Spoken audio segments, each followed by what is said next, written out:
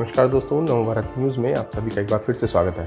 दोस्तों, ऐसा नहीं था कि आज़ाद होने के बाद से भारत के पास अच्छे इंजीनियर नहीं थे या अच्छे वैज्ञानिक नहीं थे। सब प्रकार के संसाधन भारत में थे, मगर जो नहीं था वो था कांग्रेसी सरकारों में प्रबल इच्छा शक्ति का होना।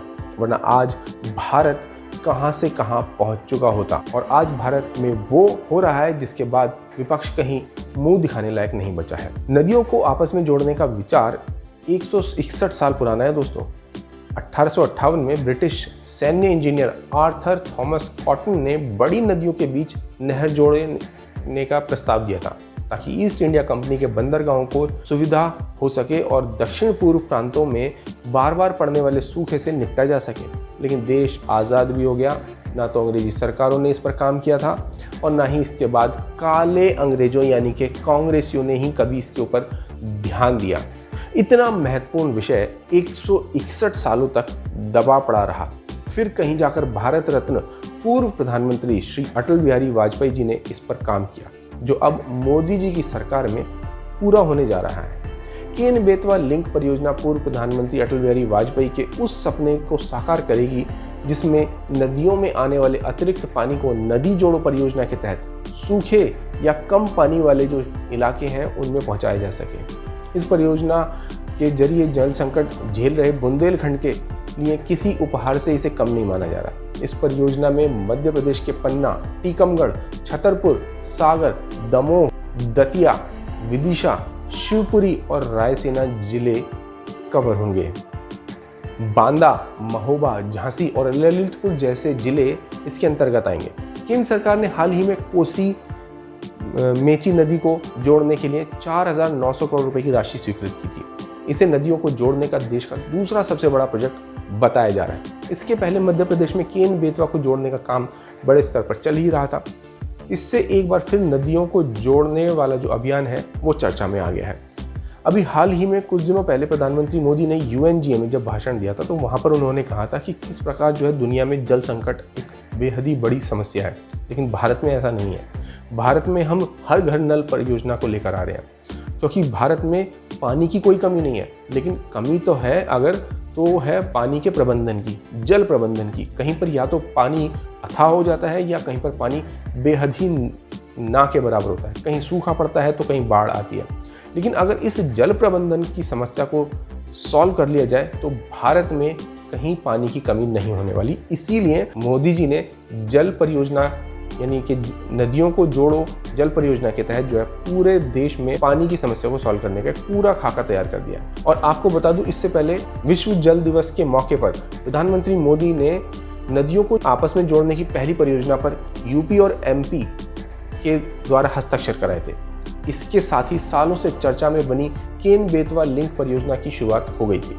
ये समझौता केंद्रीय जल शक्ति मंत्रालय और उत्तर प्रदेश व मध्य प्रदेश के बीच हुआ। इसी के साथ दोनों प्रदेशों के बीच केन बेतवा नदी के पानी के बंटवारे को लेकर चल रहे दशकों पुराने झगड़े का भी विवाद का भी अंत हो गया।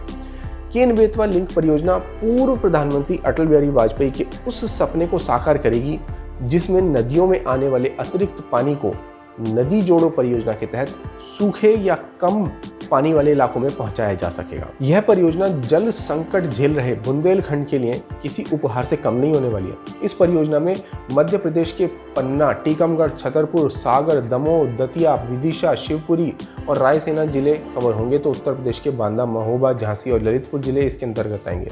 दोनों राज्यों में अलग अलग पार्टियों की सरकारों के तहत राजनीतिक कारणों से विवाद को सुलझाने की पहल कभी की ही नहीं गई थी। लेकिन वर्तमान में केंद्र के साथ दोनों राज्यों में भाजपा की सरकारें हैं।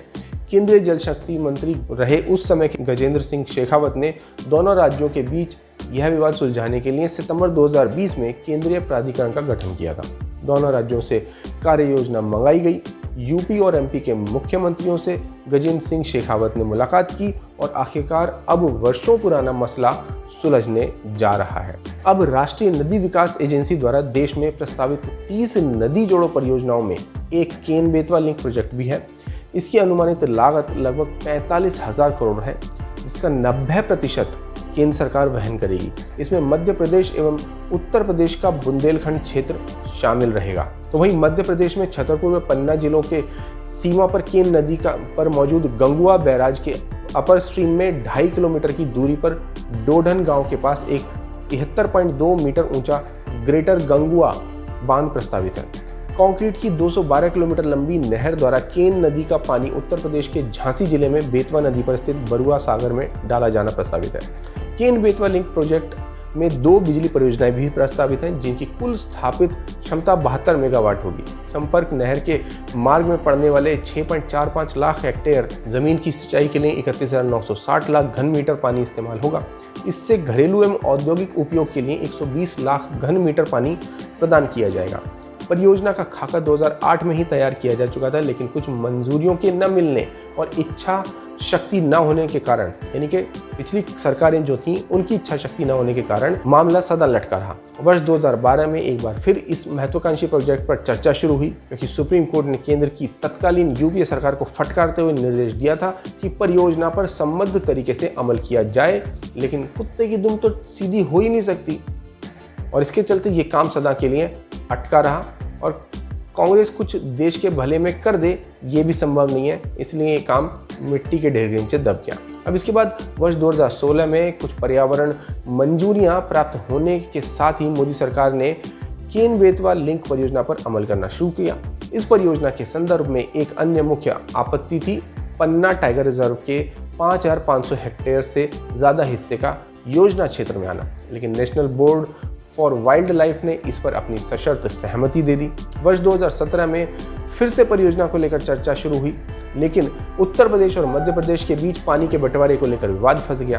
परियोजना की समझौता शर्त के मुताबिक यूपी को रबी सीजन के लिए 700 MCM पानी दिया जाएगा, लेकिन उत्तर प्रदेश सरकार 930 MCM पानी की मांग कर रही थी। तो मध्य प्रदेश सरकार पहले से तय हुए 700 MCM पानी देने पर ही सहमत थी। ये मसला इसलिए भी उलझा रहा क्योंकि उत्तर प्रदेश और दूसरी पार्टियों की सरकारें इसमें रहीं और वो कभी भी केंद्र के साथ समन्वय करके इस पर काम करना नहीं चाहती थी, और केंद्र को भी पुरानी सरकारों में रहते हुए इसमें कोई दिलचस्पी नहीं थी। मध्य प्रदेश में जरूर भाजपा की सरकार थी, मगर अन्य राज्यों और केंद्र में सरकार अलग अलग होने के कारण ये काम कभी सॉल्व हो ही नहीं सका।